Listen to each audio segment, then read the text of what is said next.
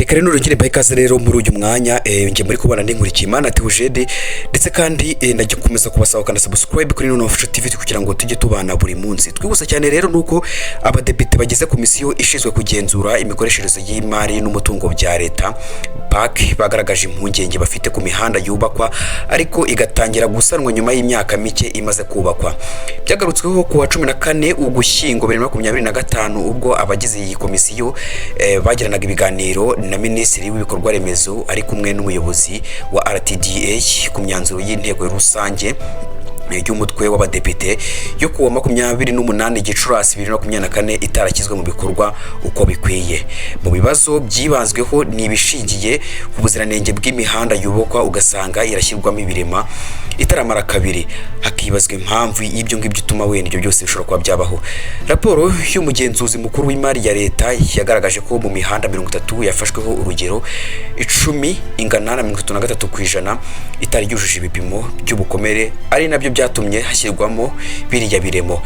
Ibyo bibazo byagaragaye mu mihanda Ngoma Ramiro, Kibugabuga, Shinga Gasoro, Pindura Bweye, Nyamagabe, Huye, Kitabi n'indi yagiye igaragaramo ibibazo.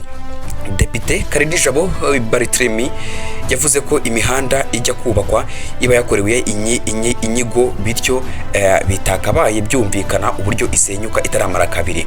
Ati kuki mu gukora inyigo hatizwe ku miterere ya buriya butaka naho umuhanda uzanyura ngo bamenye ngo ibikoresho bizubakishwa umuhanda wa Kibugabuga bitandukanye wenda n'uwa Pindura Bweye ku buryo cyo kibazo cy'ibiremo twakomeje kuvuga kitazajya kigaragara. Yakomeje ati bikenewe kwitabwaho muri ubwo buryo kugira ngo tugire umuhanda dushaka ukomeye kandi uramba hashingiwe ku nyigo zakozwe n'impuguke kandi zizewe ziturinde kuzajya tugira imihanda nk'iyi yuzuyemo ibiremo. Ngira ngo kugira imihanda yuzuyemo ibiremo nta nubwo ari n'imitako myiza ku mihanda yacu. Vice President wa komisiyo murumuna wabo Cecile atese niba ibipimo byanyu biba byuzuye bigenda bite ngo imihanda yangirike igitangira. Nibi byo umugenzuzi mukuru agaragaza mutabyemera nta nubwo muzikosora. Nyirabazayire Angelique yagize ati ikiremo ni ikiremo kiraterwa ahantu iyo cyatewe mu mwenda biba byatangiye kuba bibi.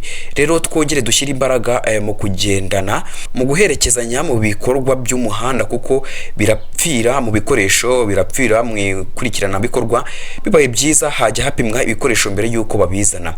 Minisitiri w'ibikorwa remezo Dr Jimmy Gasore yemereye abadepite ko bitakwiye kubona umuhanda ushyirwamo ibiremo kandi aribwo ugikorwa.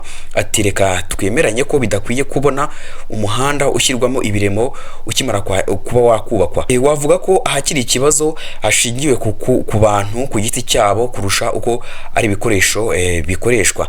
Rero muri uyu mwanya rero igisubizo kirambye kizaba ikihe rero ndagira ngo namwe mujye muri comment section ndetse n'ubwo nagira ngo nanjye mbibagezeho tugendeye wenda kuko byavuzwe cyangwa wenda uko byagaragaye. Nuko rero muri gahunda ya guverinoma y'imyaka 5 yo kuva muri 2024 kugeza muri 2029 u Rwanda ruzatera imbere mu nzego zinyuranye zirimo ubukungu, ubuhinzi n'ubworozi, ibikorwa remezo bitandukanye n'ibindi bizatuma umuturage arushaho kuzamuka mu bukungu.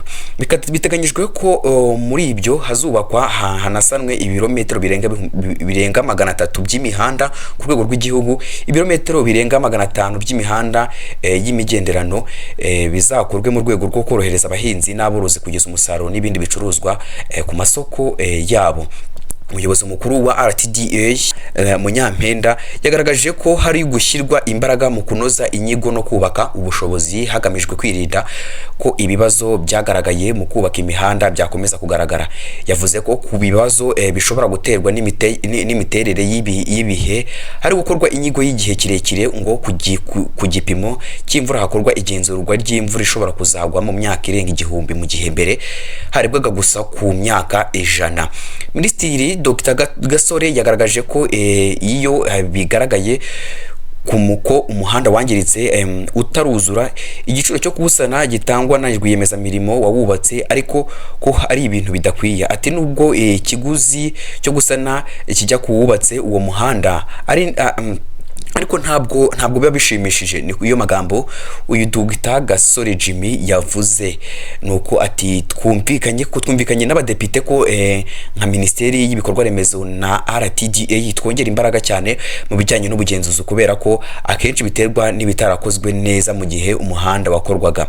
Yavuze ko kuri ubu hari uburyo bwo gupima ibikoresho bizifashishwa mu iyubakwa ry'umuhanda mbere y'uko imirimo itangira, ariko ko usanga hari amakosa yakozwe ashobora gutuma imihanda yangirika mbere y'uko ishyikirizwa leta mu buryo bwa burundu. RTDA ivuga ko imihanda yubakwa mu Rwanda ibarirwa ko izakoreshwa imyaka 20 ikabona kuvugururwa, ariko bitabuza ibikorwa byabo bya buri munsi byo kuyitaho aho yagira ibibazo.